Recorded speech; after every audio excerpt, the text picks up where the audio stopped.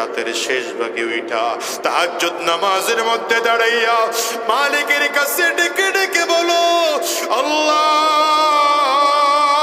একটু আওয়াজ করে চিল্লায় ডাক দেন না আল্লাহ। আরো জোরে জবান খুলে বলো, আল্লাহ, আয় আল্লাহ, আমার মতো গুনাহগার এই জমিনে কেউ নাই। আজ যদি দাঁড়ায় যাও, গোটা দুনিয়ার মানুষ ঘুমায়, আল্লাহ বলেন আমি আল্লাহ কিন্তু ঘুমাই না। লা তাখুযুহু সিনাতুন ওয়ালা নাওম, আমি আল্লাহ তাআলা ঘুমাই না, আমি আল্লাহ তাআলা চিমানিও পর্যন্ত দেই না। বান্দা, তুমি যদি শেষ রাতে উঠে আমি আল্লাহকে ডাকার মতো ডাকতে পারো, আমি এমন একজন দয়াবান আল্লাহ, তোর আমলনামায় যত গুনাহ থাকুক বান্দা, আমি তোর জিন্দেগীর সব গুনাহগুলো মাফ করে আমার রহমতি কোলের মধ্যে টানিয়ে নেব। এ বাজান রে, আব্দুল্লাহ দাঁড়ায় দাঁড়ায় চোখের পানিগুলো ফেলে কান্না করে আর ডেকে বলেন, চাচা মদিনায় যাব, একটু পারমিশন দাও। চাচা ডেকে বলে, যদি তোর মদিনায় যাইতে হয়, তোর বাবার রেখে যাওয়া যত সম্পদ সেগুলো আমার নামে লিখে দিয়ে যাওয়া লাগবে। আব্দুল্লাহ বলেন, চাচা রেখে দাও, আমার সম্পদগুলো সব রেখে দাও, তারপরে আমার মদিনায় যাওয়ার আমার সুযোগ তৈরি করে দাও। আব্দুল্লাহ চোখের পানিগুলো ফেলে ফেলে কান্না করে আর ডেকে বলে, চাচা রেখে দাও, রেখে দাও, তারপরে আমারে মদিনায় যাওয়ার সুযোগ করে দাও। আব্দুল্লাহর চাচায় ডেকে বলে, তোমার স্ত্রীকেও তালাক দিয়ে মদিনায় যেতে হবে। ডেকে বলে, অসুবিধা নাই, কারণ আমার কলিজার মধ্যে সম্পদের চেয়ে আল্লাহ পাকের মায়া অনেক বেশি, বিবির চেয়েও আমার নবীর মায়া কলিজায় বেশি। কথা বলে আব্দুল্লাহ সামনের দিকে আগায়। পাষণ্ড চাচা ডেকে বলে, রে ভাতিজা শোন, মাথা থেকে আরম্ভ করে পা পর্যন্ত যত কাপড়গুলো আছে এগুলো তো সব আমার টাকায় কিনে দেওয়া, আমার টাকার কিনে দেওয়া কাপড় পরে মদিনায় যেতে পারবি না। আব্দুল্লাহর চোখ দিয়ে পানিগুলো টপ টপ করে করে বের হয়, মাথা থেকে বেরিয়ে করে চাচার সামনে দাঁড়ায় দেয়।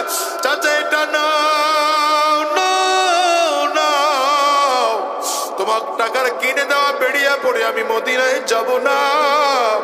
পায়ের থেকে জুতাটাও খুলে চাচার সামনে ধরায় দেয়, শরীর থেকে একটা কাপড়গুলো খুলে খুলে সব চাচার সামনে রেখে দেয়। পরনে শুধুমাত্র লুঙ্গিটা আছে, আর কিছুই নেই। ডেকে বলে, চাচা গো,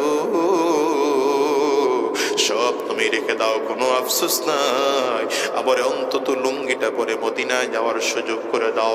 কথা বলে আব্দুল্লাহ সামনের দিকে আগায়।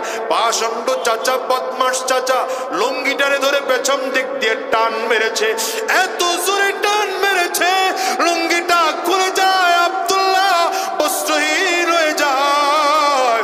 এবার পাষণ্ড চাচা ঘোড়া তাড়ানোর চাবুক দিয়া পিঠের মধ্যে এক একটা জোরে জোরে বাড়ি দেয়, বুকের মধ্যে এত জোরে জোরে বাড়ি মারে বুকের চামড়া গুলো ফেটে যায়, রক্ত টপ টপ করে করে বেয়ে বেয়ে জমিনের মধ্যে পড়ে। আব্দুল্লাহ ডেকে বলে, চাচা মেরে মেরে জমিন থেকে বিদায় করে দিতে পারো, কিন্তু মদিনা যাওয়ার থেকে আমার ফিরায় রাখতে পারবা না, ফিরায় রাখতে পারবা না। আব্দুল্লাহকে মেরে মেরে বেহুশ বানাইয়া উত্তপ্ত মরুভূমির বালুর মধ্যে ফেলে রাখছে। লম্বা সময় পরে আব্দুল্লাহর হুঁশ ফিরে আসলো। ডানে তাকায়, বামে তাকায়, কাউকে পায় না। কেমন করে এমন উলঙ্গ অবস্থায় মদিনায় যাবে? চাচার কাছে গেলেও চাচা তারে আবার মারবে। দাঁড়িয়ে দাঁড়িয়ে চিন্তা করে, আমি কার কাছে যাব? ও দাঁড়িয়ে চিন্তা করে, মা ছাড়া দুনিয়া আপন আমার কেউ নাই। কলিজার টুকরা যুবক, একজন সন্তানের জন্য মা ছাড়া দুনিয়া আপন আর কেউ হতে পারে না, কেউ হতে পারে না। ওই মায়ের দরজার সামনে দাঁড়াইয়া আব্দুল্লাহ ডেকে বলে, মাগো, বাবার রেখে যাওয়া কত কাপড় তোমার কাছে আছে, একটা চাদর তুমি আমারে দাও, চাদরটা পরে আমি মদিনায় যাব। মা দরজার ফাঁক ফাঁকি দিয়ে একটা চাদর ফেঁকে দিয়েছে। কিতাবে লেখে চাদরটা ছিঁড়ে দুইটা ভাগ করে একটা পরনের মধ্যে পেঁচাইলেন, আর একটা শরীরের মধ্যে দিয়ে খালি পায়ে মদিনার দিকে রওনা করেছে। একদিন দুই দিন নয়, টানা 16 দিন 16 রাত হাঁটার পরে মসজিদে নববীতে গিয়ে উপস্থিত হইলেন। ফজরের নামাজের আজান দিচ্ছিলেন, তখন হযরত বিলাল আজান শুনে হযরত আব্দুল্লাহ দাঁড়িয়ে আছেন। এই তো আমার নবীর মসজিদে চলে আসছি, একটু পরেই বুঝি আমার নবী ঘর থেকে বের হবে। রাহমাতুল লিল আলামিনের অপেক্ষায় আছে। নবীজি ঘর থেকে বের হয়। আব্দুল্লাহ আমার নবীর দেখে আর সহ্য করতে পারে না, একটা দৌড় দিয়েছে, নবীর পা দুইটা জড়া ধরে চিৎকার করে কাঁদতে আরম্ভ করেছে। আমার নবী হাত ধরে ধরে টানে আর ডেকে বলে, আব্দুল্লাহ কাঁদিস না রে, আমি নবী, তোর জন্য এত মায়া, তোর জন্য এত মায়া। তোর জায়গা আমার পায়ে নয়, তোর জায়গা আমি নবীর বুকে। ও দুনিয়ার মুসলমানেরা, আমার নবীর আদর্শের জন্য, নবীজির আদর্শ দেখে দেখো সাহাবায়ে কেরাম ঘর ছাড়তে রাজি, নবী ছাড়তে রাজি না। সম্পদ ছাড়তে রাজি, নবী ছাড়তে রাজি না। বিবি তালাক দিতে রাজি, নবী ছাড়তে রাজি না।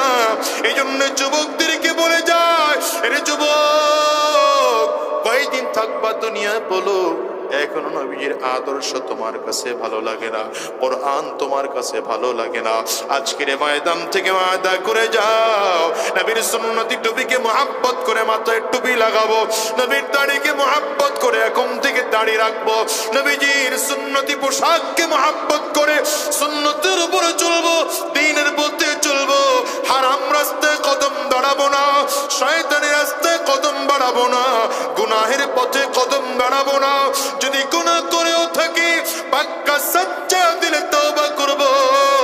কেন বলি যুবক জানো, এই দুনিয়ায় কেউ থাকতে পারে না, তুমি আর আমিও দুনিয়ায় থাকতে পারবো না। কবরে যাওয়ার আগে আগে পাক্কা সাচ্চা দিলে নিয়ত করে ফেলো, আজকের এই ময়দান তোমার আমার জীবনের শেষ ময়দান হতে পারে, আজকের এই রাত তোমার আমার জীবনের শেষ রাত হতে পারে, আজকের এই মাহফিল তোমার আমার জীবনের শেষ মাহফিল হতে পারে। আমার মালিকের কাছে আওয়াজ দিয়ে বলো, আল্লাহ আর হারাম রাস্তায় কদম বাড়াবো না, শয়তানি রাস্তায় কদম বাড়াবো না, গুনাহের পথে চলবো না। যতদিন এই দুনিয়ার জমিনে থাকবো তোমার গোলামি করবো, আয় আল্লাহ নবীজির আদর্শ অনুযায়ী চলবো।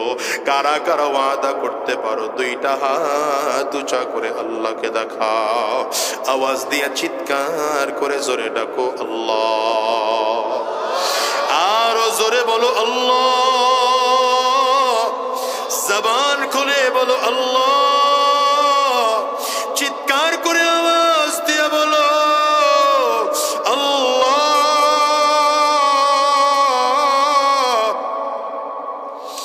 দয়ার মালিক,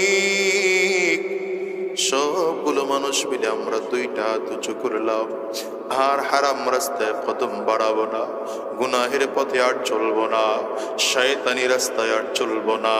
আল্লাহ ওয়াদা করলাম, তুমি কবুল করে নাও, কবুল করে নাও।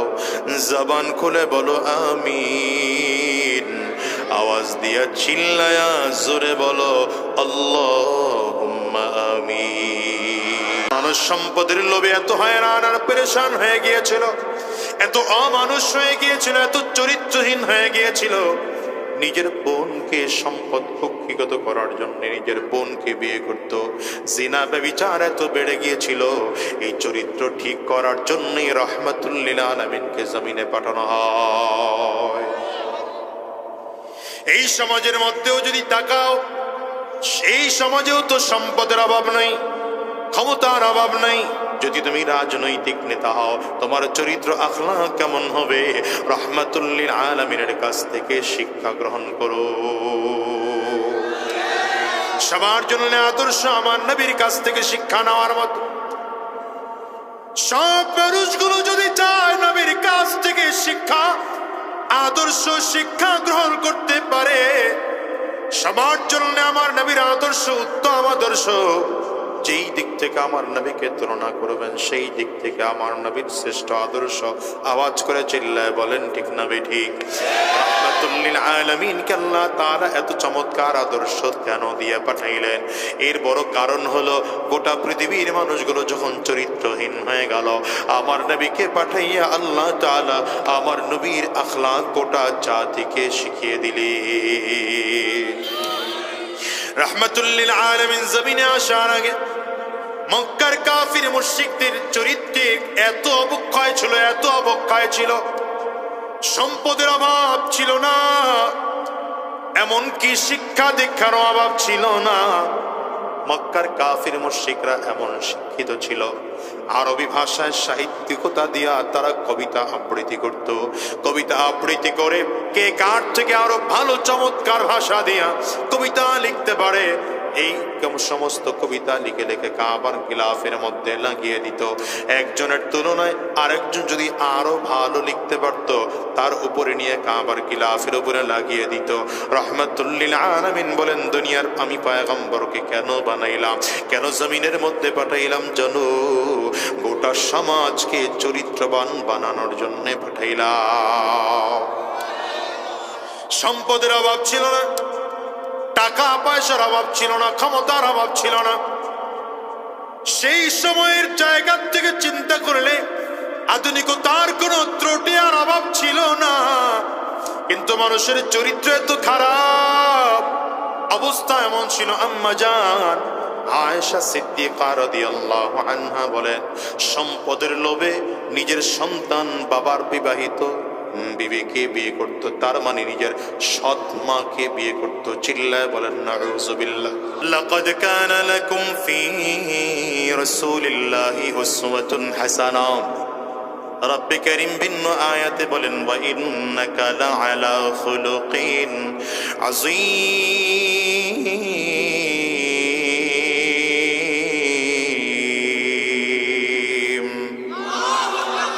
রব্বে কারীম নিজেই বলেন, আমি আমার নবীকে কেমন করে বানাইলাম জানো?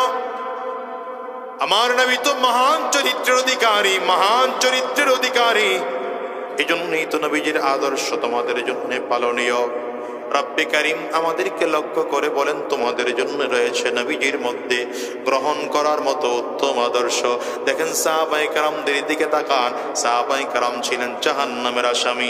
এই জাহান্নামের আসামি সাহাবায়ে কেরাম যখন নবীজির আদর্শে আদর্শবান হলেন, কোরআন ওয়ালা হয়ে গেলে, সাহাবায়ে কেরামদের দাম এত বেড়ে গেল, এত বেড়ে গেল, দুনিয়াতে থাকা অবস্থায় 10 জন সাহাবীকে আমার নবী জান্নাতের সার্টিফিকেট দিয়ে বিদায় হয়েছে। শুধু 10 জন সাহাবীকে জান্নাতের সার্টিফিকেট নয়, বরঞ্চ সব সাহাবায়ে কেরামদের ব্যাপারে বদরের ময়দানে যে সকল সাহাবায়ে কেরাম উপস্থিত হয়েছিলেন, তাদের ব্যাপারে আল্লাহ পাকের ঘোষণা, যা মনে চায় তা করো, তোমাদের জিন্দেগির গুনাহ মাফ করে দেওয়া হলো। উহুদের ময়দানে যে সকল সাহাবায়ে কেরাম হাজির, তাদেরকে আল্লাহ তাআলা বললেন, যা মনে চায় তা করো, তোমাদের জিন্দেগির গুনাহ মাফ করে দেওয়া হলো। খন্দকের ময়দানে যে সকল সাহাবায়ে কেরামরা হাজির হয়েছেন, আল্লাহ তাআলা তাদের ব্যাপারেও বললেন, তোমাদের গুনাহ মাফ করে দেওয়া হলো। শুধু তাই নয়, সব সাহাবায়ে কেরামদের ব্যাপারে আল্লাহ পাকের ঘোষণা, কোরআনে রব্বে কারীম বলেন, রাদিয়াল্লাহু আনহুম ওয়া রাদু আন। আল্লাহ তোমাদের প্রতি খুশি, তোমরাও আল্লাহ পাকের প্রতি খুশি। তার মানে সাহাবায়ে কেরামরাও আল্লাহ পাকের প্রতি বেজার না, আর আল্লাহ তাআলাও সাহাবায়ে কেরামদের প্রতি বেজার না। এইজন্যই তো রাহমাতুল লিল আলামিনের আদর্শ যখন সাহাবায়ে কেরাম খেয়াল করেছেন, এত চমৎকার, ঘর বাড়ি সব ছাড়তে রাজি হয়, নবীর আদর্শ ছাড়তে রাজি না। ওই যে আব্দুল উজ্জা নামে নবীর একজন সাহাবী, যিনি কাফির থাকা অবস্থায় নাম তার আব্দুল উজ্জা, ছোটবেলায় বাবা জমিন থেকে বিদায় হয়ে গেল, কিন্তু বাবা বিদায় হওয়ার পরে সংসারে বাজার লাগবে চাচাই করে দেয়, কাপড় চোপড় লাগবে চাচাই কিনে দেয়, যা যা লাগবে সব চাচা দেখাশোনা করে। ছোট্ট বাচ্চা কেমনে যেন রাহমাতুল লিল আলামিন আমার নবীর সন্ধান পেয়ে গেল, দৌড়ে নবীজির দরবারে চলে যায়, সারাদিন নবীর দরবারে থাকে। রাতের বেলা বাসায় চলে আসে, আবার দিনের বেলা নবীর দরবারে চলে যায়, আবার রাতের বেলায় বাসায় চলে আসে, দিনের বেলায় নবীজির দরবারে যায়। হঠাৎ করে রাহমাতুল লিল আলামিনের দিকে তাকিয়ে একদিন বাচ্চা বলে, গো পয়গম্বর, কত সুন্দর আপনার চেহারা, কত সুন্দর আপনার নাম, এমন সুন্দর কি আমার একটা নাম রেখে দেওয়া যায় না? কত সুন্দর আপনার আদর্শ, এত সুন্দর আমাকে কি আদর্শে আমাকে আদর্শবান বানিয়ে দেওয়া যায় না? রাহমাতুল লিল আলামিন বললেন, রে আব্দুল্লাহ, যদি তাই হয় হাতটা বাড়ায় দেওয়ার পরে নাও লা ইলাহা ইল্লাল্লাহু মুহাম্মাদুর রাসূলুল্লাহ। এই ছোট বাচ্চা কালিমা পড়ে মুসলমান হয়ে গেল। নবীজি বড় মুহাব্বত করে নামটা রেখে দিয়েছেন আব্দুল্লাহ, কারণ আল্লাহ পাকের কাছে সব থেকে প্রিয় নাম আব্দুল্লাহ এবং আব্দুর রহমান। আল্লাহর নবী চমৎকার করে নাম রেখে দিয়েছেন আব্দুল্লাহ। নবী বলেছেন, সাবধান, তুমি যে কালিমা পড়ে মুসলমান হয়েছ কাউকে বলবা না। আমি নবী যেদিন তোমাকে বলতে বলবো সেই দিন বলবা, এর আগে কাউরে জানাইবা না। আব্দুল্লাহ সেই দিন থেকে আরম্ভ করে রাতের বেলায় বাসায় আসে, দিনের বেলা নবীজির দরবারে চলে যায়, আবার রাতের বেলা বাসায় আসে, দিনের বেলা নবীজির দরবারে চলে যায়। হঠাৎ করে একদিন রাতের বেলা ঘুমটা ভেঙে গেল। সকালে সকালে ঘুমটা ভেঙে যাওয়ার পরে খবর পায় রাহমাতুল লিল আলামিন মক্কার জমিনে আর নাই, হিজরত করে নবী মদিনায় চলে গেছে। আব্দুল্লাহর মনটা বড় বেজার। নবী যদি মক্কায় না থাকে তাইলে আমারও মক্কায় থাকার মতো মনটা টিকে না, কিন্তু মদিনায় যাব, কেমন করে মদিনায় যাব? চাচার পারমিশন ছাড়া তো মদিনায় যাওয়া যাবে না। অপেক্ষা করে দেখি আমার চাচা কালিমা পড়ে মুসলমান হয় কিনা, তাইলে আমারও মুসলমান হওয়া সহজ হয়ে যাবে। আব্দুল্লাহ দিন পার হয়, কিন্তু আব্দুল্লাহ ধীরে ধীরে ধীরে ধীরে বড় হয়ে যায়। চাচা কালিমা পড়ে মুসলমান হয় না, বরং কিছুদিন পরে বড় হয়ে যাওয়ার পরে, বালেগ হয়ে যাওয়ার পরে চাচা পছন্দ করে আব্দুল্লাহকে বিয়ে পর্যন্ত করিয়ে দিয়েছে। আব্দুল্লাহর সাংসারিক জীবনে মন মোটে বসে না, বারবার করে মনটায় চায় আমি তো আমার নবীর কাছে যাব, মদিনায় যাব, কিন্তু কেমন করে যাবে? চাচার পারমিশন ছাড়া যাওয়া যায় না। হঠাৎ করে চাচার সামনে একদিন দাঁড়িয়ে ডেকে বলে, চাচা গো, পারমিশন দাও, আর মক্কায় থাকবো না, মদিনায় যাব। কেন রে মদিনায় যাবি? বলে, আমার নবী আর মক্কায় থাকেন না, আমার নবী মদিনায় থাকে, আমার মনটাও চায় আমিও মদিনায় যাব। দুনিয়ার যুবকেরা বলো, আমেরিকা যাও, চাইনিজ যাও, জাপান যাও, জার্মান যাও, ইন্দোনেশিয়া যাও, ফ্রান্স, মালয়েশিয়া যাও, বলো বলো আমার নবীর রওজায় যাইতে মনে চায় কি চায় না? একটু আওয়াজ করে বলো, কার কার মনটায় চায়? দুইটা হাত উঁচা করে একটু দেখাও, আওয়াজ দিয়ে চিৎকার করে জোরে ডাকো আল্লাহ, আরো জোরে ডাকো আল্লাহ। আমার নবীর রওজার কত দাম! আয় আল্লাহ, এই মানুষগুলোর চেহারার দিকে তাকে তাকে দেখো, যতগুলো মানুষ হাত উঁচু করেছে, আয় আল্লাহ, জীবনে একটা বার হলেও নবীজির রওজা না দেখাইয়া, কাবা তাওয়াফ না করাইয়া জমিন থেকে নিও না। মুসলমান, বাংলাদেশ থেকে কত হাজি সাহেবরা হজে যায়, দেখেন তো হজের আকাম তো মক্কা বসেই শেষ হয়ে যায়, যাওয়া লাগে না তো মদিনায়। কোনো মানুষ যদি মদিনায় নাও যায় তারপরও তার হজ হয়ে যাবে, কিন্তু এরপরে আল্লাহর পাগলেরা কেন মদিনার দিকে দৌড়ায়? এরা তো কেন যায় জানো?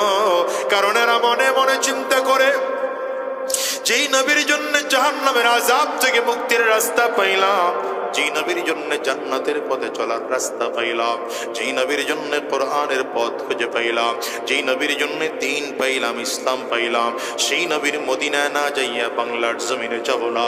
এই জন্য হাজী সাহেবদেরকে দেখেছি, এরা মদিনার গলি দিয়ে হাঁটে, আর মাঝে মাঝে চিৎকার করে করে বলে, আল্লাহ, এটাই বুঝি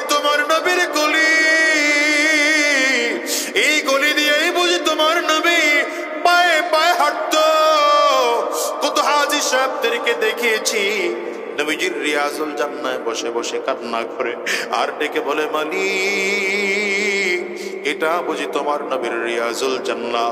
এখানেই বসে তোমার নবী বুঝি কত তাহাজ্জুদের নামাজ পড়েছে, তোমার নবী বুঝি কত সাজদা করেছেন এই জায়গায়, তোমার নবী বুঝি কত চোখের পানি ছড়িয়েছে এই জায়গা, বুঝি তোমার নবীর চলাফেরা ছিল, এই ওয়ালগুলোর মধ্যে বুঝি তোমার নবীর হাত লেগেছে, এই জায়গায় বুঝি তোমার নবীর মুবারক কদম পড়েছে। আয় আল্লাহ, তোমার নবীর রিয়াজুল জান্নাহ যদি এত সুন্দর হয়, তোমার নবী না জানি কত সুন্দর। এই জন্য বলি রে যুবক, আমি গতবার যখন উমরা শেষ করে আসলাম, আমি মদিনাতে যাচ্ছি নবীজির রওজা জিয়ারত করার জন্য।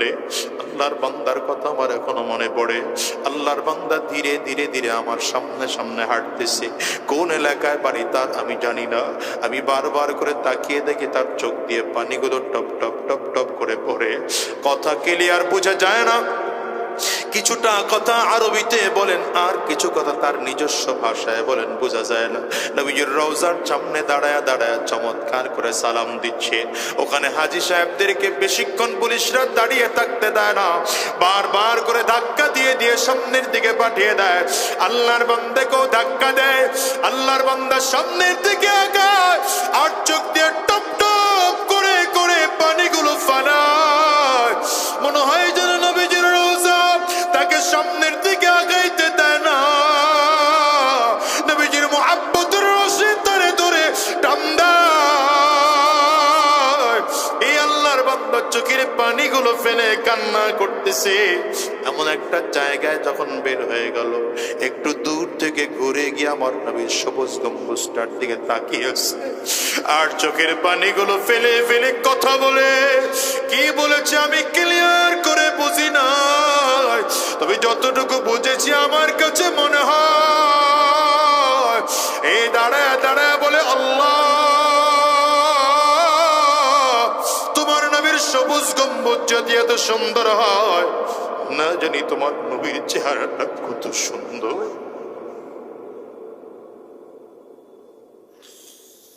আল্লাহ, মক্কার কত বড় বড় কাফিররা তোমার নবীরে দেখছে, মদিনার কত বড় বড় কাফিররা তোমার নবীরে দেখলো। আমরা ইমানদার নবীকে মানি, তারপরও নবীরে দেখতে পারলাম না। আয় আল্লাহ, আমাকে জীবনে একটা বার হলেও নবীরে স্বপ্ন যোগে দেখার তৌফিক দিয়ে দিও। ও মুসলমানরা, নবীরে স্বপ্ন যোগে হলেও একবার দেখতে চাও কিনা একটু আওয়াজ করে বলো। যদি স্বপ্ন যোগে আমার নবীরে দেখতে চাও, নিজের আমলগুলো শুদ্ধ করো, ফরজ আমলগুলো ছাইড়ো না, ওয়াজিব আমলগুলো ছাইড়ো না, সুন্নত আমলগুলো ছেড়ে দিও না, ছোট ছোট সুন্নাহগুলোর উপরে আমল করে রাখো। আর সব সময় ওযু অবস্থায় চলো, দুরূদ শরীফ বেশি বেশি করতে থাকো। উলামায়ে কেরাম বলেন, কোন মানুষ যদি নিজের আমলকে সঠিক করিয়া নবীর মুহাব্বত কলিজার মধ্যে রেখা আল্লাহর বান্দা ওযু সহকারে যদি ঘুমায়, বিছানাটা যদি পবিত্র হয়, আর প্রতিদিন যদি ঘুমানোর সময় 40 বার দুরূদ শরীফ পড়ে আর দুরূদ ইব্রাহিম পড়ে পড়ে আল্লাহর কাছে যদি বলে, আয় আল্লাহ, তোমার নবীকে তো আমরা দেখতে পারলাম না, স্বপ্ন যোগে হলে একটা বার দেখার সুযোগ করে দিও।